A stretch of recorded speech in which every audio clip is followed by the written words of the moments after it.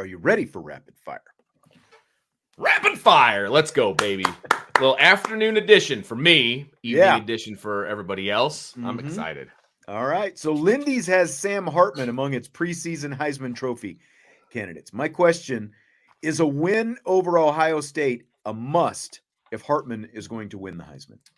Got my Lindy's right here. Just got it yesterday. So I'm excited. I haven't even it just smells new. It's beautiful, right? Got Joe Alt on the front. I got a problem though. Joe Alt is on the front. You and I both know what Joe Alt looks like, right? Nowhere on here does it say Notre Dame's Joe Alt or anything. They got the top 10 over here. Obviously, Notre Dame's not in it. Nowhere does it say anything about Joe Alt.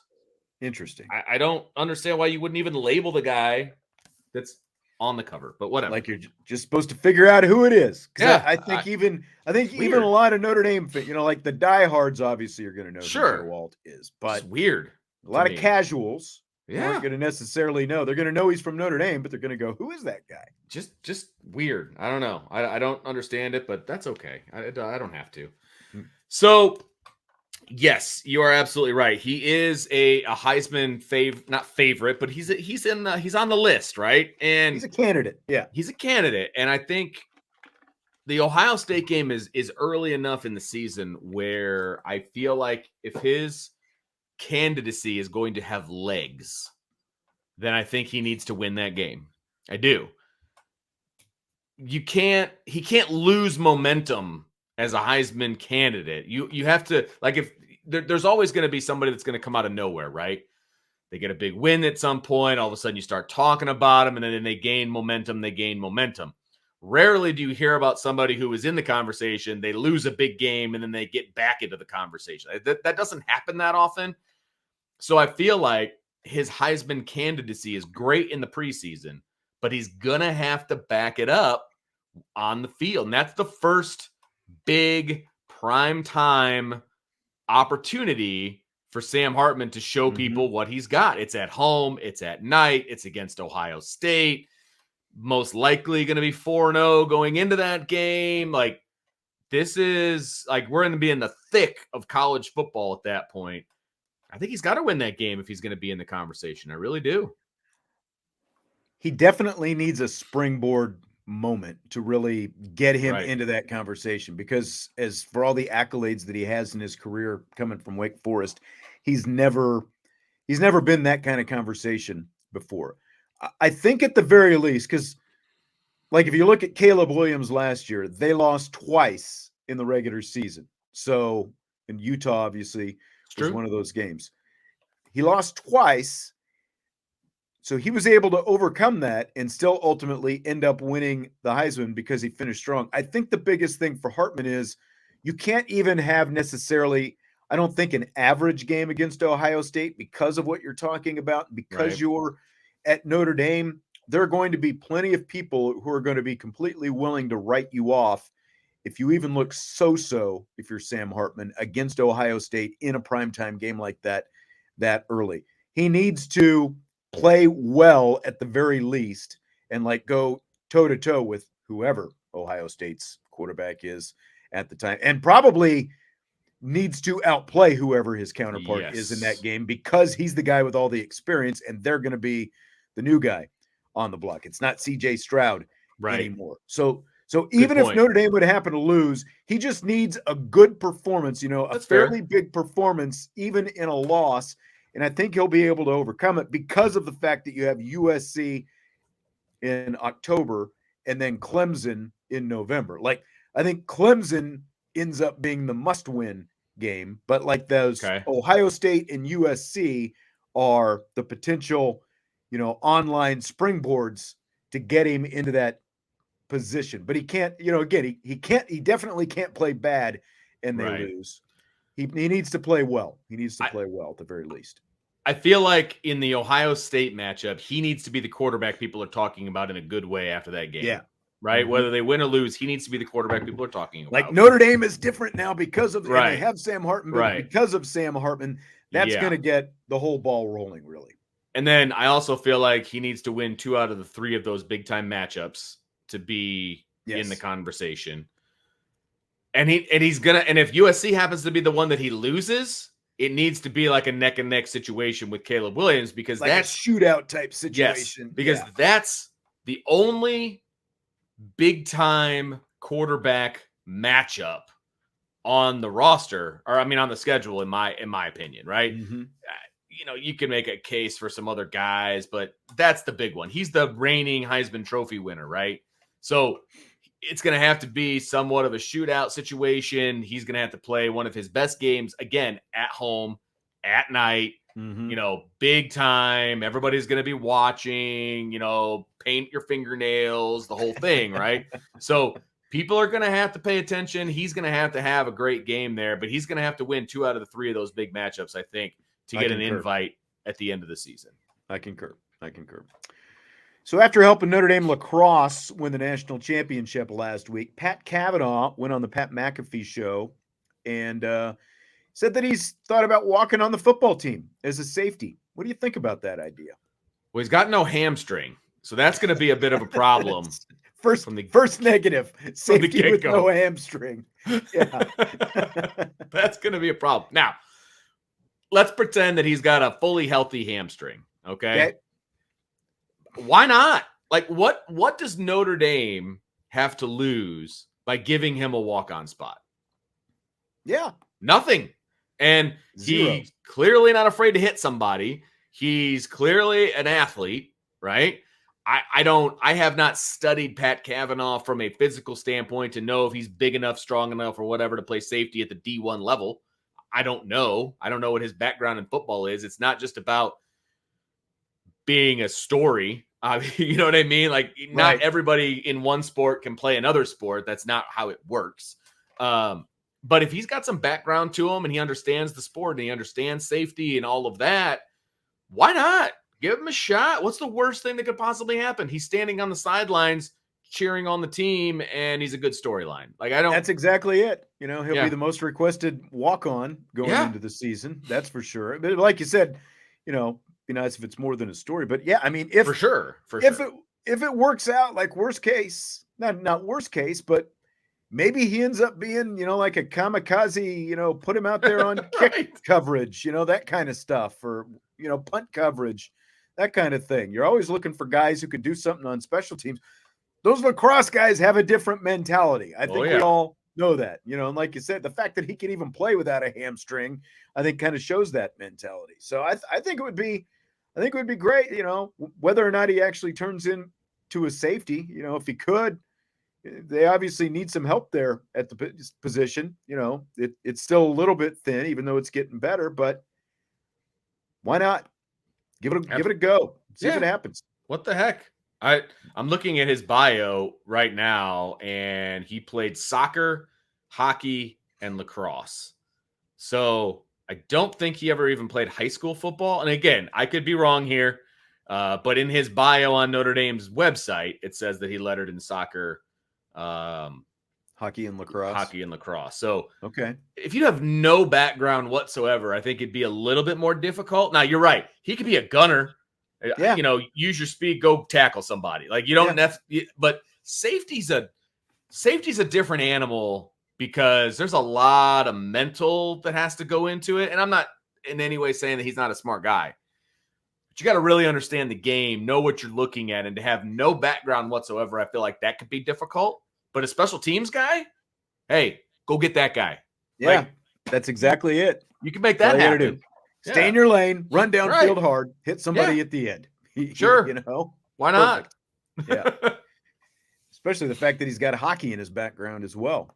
That doesn't surprise me. The way he kind of hits and does some things, like lacrosse and hockey are pretty similar, in that regard. You know what I mean? So that doesn't surprise me in any way. So fill in the blank. It's blank that Notre Dame had Barber Julio Cutz set up shop at Notre Dame to cut hair during official visits this weekend. I think that's awesome. So we always talk about Notre Dame being behind the times and all of these different things. That's not behind the times, man. Like, that is next level thinking by the recruiting staff. And, hey, I got my hair cut by, Marcus Freeman's personal barber, that whole, like, say what you want. Marcus Freeman's a cool guy, and everybody in the chat wants Marcus Freeman's wardrobe. And I guarantee you that most people would be like, if they had an opportunity to get their hair cut by Marcus Freeman's barber, they're going to do that too. I know. I think it's cool. They've been putting this out there on social media since he showed up. And it's like, I still can't get over the fact that they're basically hip hop barbers, and like, but they've made this guy one of the most famous barbers in the country, I think, with this whole social media and the kids want to see it. I'm sure that they probably get asked about it a lot by these guys who see this, see him on social media. And why say, oh yeah, you go downtown and his shop is over there or whatever. We'll see if we can get you in. Have him set up right there. Pay him a little. I think it's awesome the fact that they're doing this. Just again, like you said, forward thinking, and just one more thing that I think shows the fresh approach. Not just a fresh crop and a fresh approach that a younger head coach and a younger coaching staff has when it comes to recruiting and what it takes to get it done these days. Absolutely. Like you said, it is a, not to make puns or whatever, but you're absolutely right. It's a fresh take on recruiting because a lot of things are going to be equal when these guys are going to different places. Right. And I know that some of these places have barbers and all of those different things, but they don't have this barber. They don't have Marcus Freeman's personal barber, right? That's different. It's a step above. There you go. Because correct me if I'm wrong. Wasn't he? Remember when they did that? We got him. When it was the recruiting videos that they did 2 years ago. That's where he first started showing up, right? Was in that whole thing. Mm-hmm. Yeah, that's when he got kind of blew up, for lack of a better term, right? Yep. And look, I'll just put it out there now. If you're going to add on to the Goog, they better give him a room where he can come in a couple times a week. Perfect. Freshen everybody up. I mean, that's actually an awesome idea. Give him his own shop inside the Goog. It doesn't even have to be that big. Like he shows up, like every Tuesday during a certain set of hour or Monday, whatever day it happens to be. Yeah. Yeah. He's always there. Sorry. That just makes too much sense. It does. Good idea, Vince. Thank you. So we talked a little about the early college football TV schedules that have been coming out. We talked about them last week. Fox is going all in on Deion Sanders with the Deion factor for the first 2 big noon kickoff games of the season. They're opening the season with Deion in Colorado against TCU. And then week 2, you've got Colorado again against Nebraska. So do you buy or sell the Deion plan as a good plan for Fox? So I sell it from a competitive football scenario, but I buy it if I'm Fox and I'm looking for eyeballs on the TV. So at the end of the day, that's all that matters, is having people watch your product if you are an executive at Fox. And people are going to tune in, myself included. If I can make it work, I'm going to watch the first, rendition of Deion Sanders in Colorado because I think they're going to get their doors blown off by TCU, and I'm going to enjoy watching it. So I'm going to watch. And so if you're just looking for people to watch, it's a huge buy for me from a Fox standpoint. You don't have to like what's on there, but people are going to watch, and that's what you want.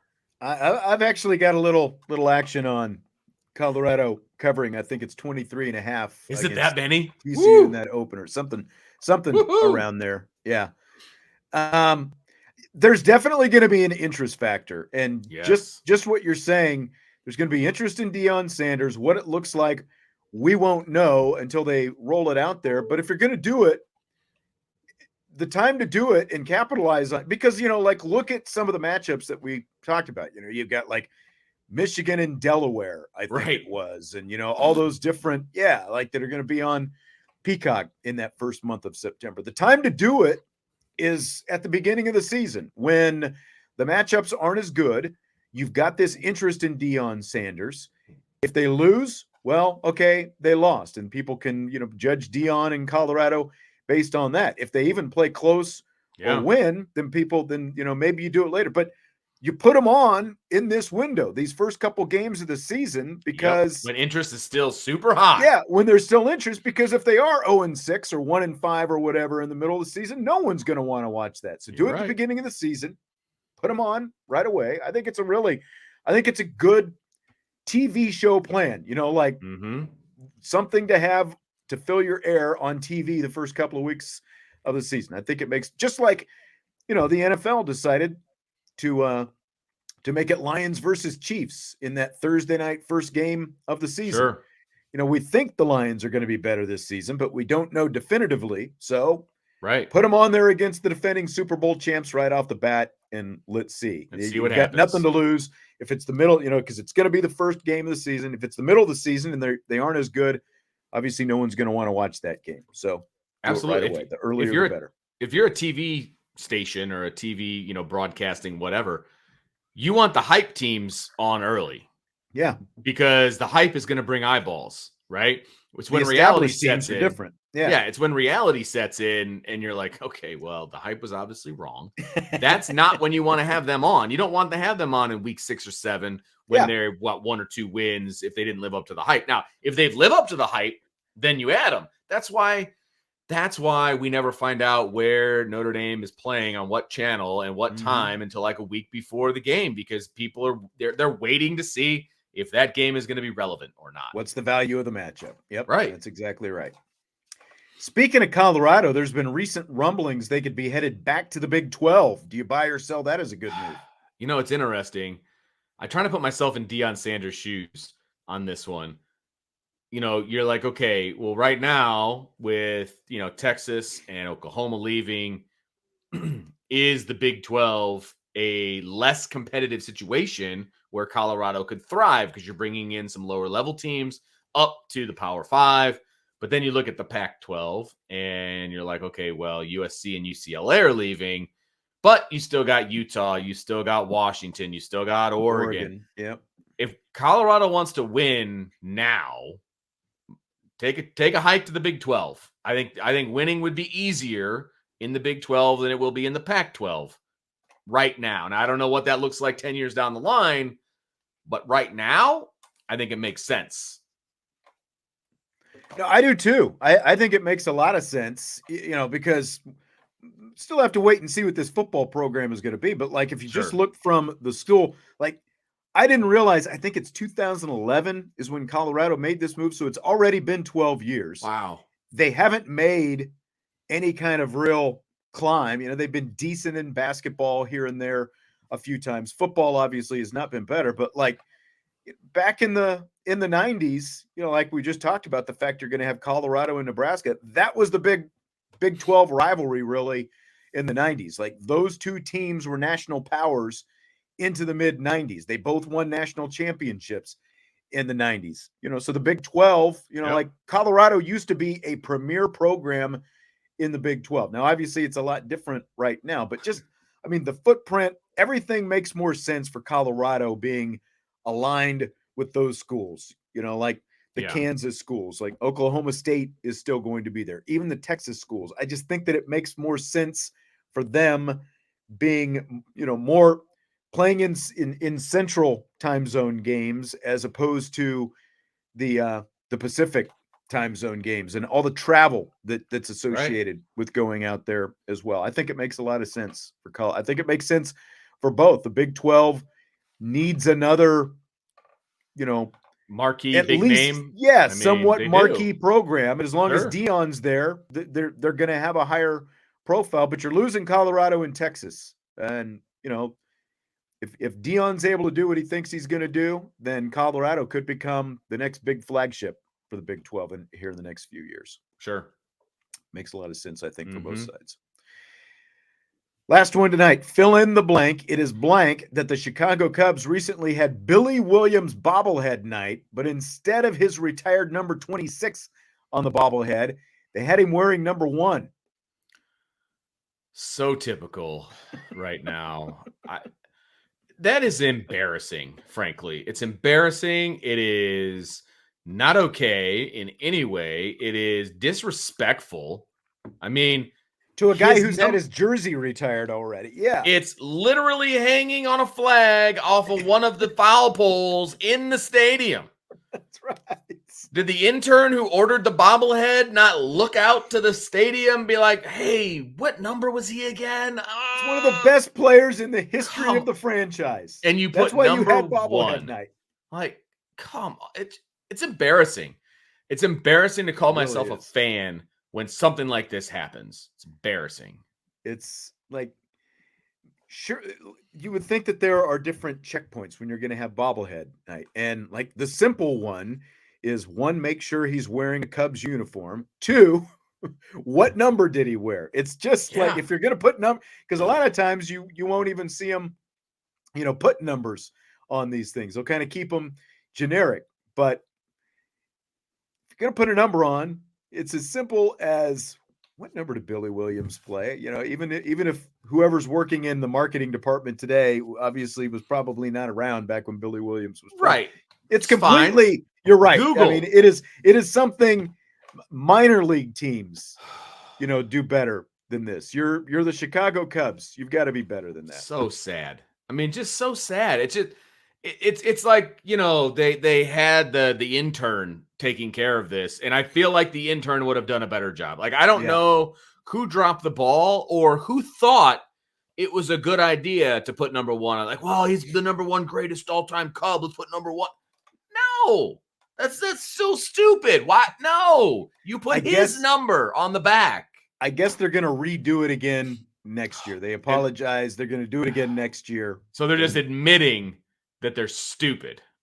Is pretty basically what you just said. Pretty much. I don't think there's any way around it. I mean, no, you're right. You're right. Sometimes you just got to fall on the sword of stupidity. Yeah, I mean, when everyone else realizes, hey, Billy Williams didn't wear number 1, he wore number 26. They've got to eat it a little bit and admit it. I can't believe they're going to hand him out. Next year. They handed him out, didn't they? Yeah, they handed him out. And those would not even have seen the light of day. Apology and the whole thing. Those would not even have seen the light of day. You're telling me that somebody I don't think they realized it until, fans or somebody started going, hey, by the way, Billy Williams wore 26, not number 1. There's such a problem with what's the term, like in a factory, when somebody quality control. That's what I was looking for. The quality control in the front office of the Chicago Cubs is clearly lacking because that went from thought stage to ordering stage, to approval stage, to it's in a box, we're getting ready to hand it out stage, and nobody put a stop to it and changed it. Terrible. Just terrible. Very terrible. Terrible. Vince, appreciate you bending your schedule around a little bit. I know you're busy, and that's why we're doing this a little bit different today, but enjoyed it as always. I'm currently enjoying Penn's commencement right now, so I'm glad you are. Is that indoors or outdoors? It is at the Choice Center, actually. Okay. So all 861 names are going to be read, and I will be there to witness all of them. It's a lot of names. Yes, you are the dean of students, so yeah. Yes, I am. Someday they'll probably make you read the names. Well, it's funny because not to go off on a tangent here, but my boss, who's one of the vice principals, has to read, a section of names, a good portion of names. Uh-huh. Well, she was at the Taylor Swift concert last night. Oh. And so I'm her backup in case her voice is out, essentially. Where was that, by the way? Chicago. It was at Soldier Field. Chicago? Okay. Mm-hmm. So I keep hearing Taylor Swift. It's hard to keep track of where that concert is. It's like the Eras tour, baby. She has swallowed up like the universe with that concert tour. Dude, you're not. I mean, Chicago was pretty much inundated. It was Friday, Saturday, Sunday. They had 3 different concerts, and it's been nutty. And that's the thing, too. All these major cities, it's like not just one show completely selling out a football stadium. It's like 3 nights in all these major cities. Ridiculous. It's insane. I mean, it's absolutely sold out within minutes of going on sale. All 3 of them in Chicago. So, yeah. That's nuts. But anyway, so we'll see. Maybe I'm reading names right now. I don't know. All right. Well, you enjoy commencement. Yeah. We'll get the full report if you end up reading names on Wednesday's show. How many I butchered? Yeah, that's right. Yeah. All right. We will talk to you later. Ivy Nation Sports Talk.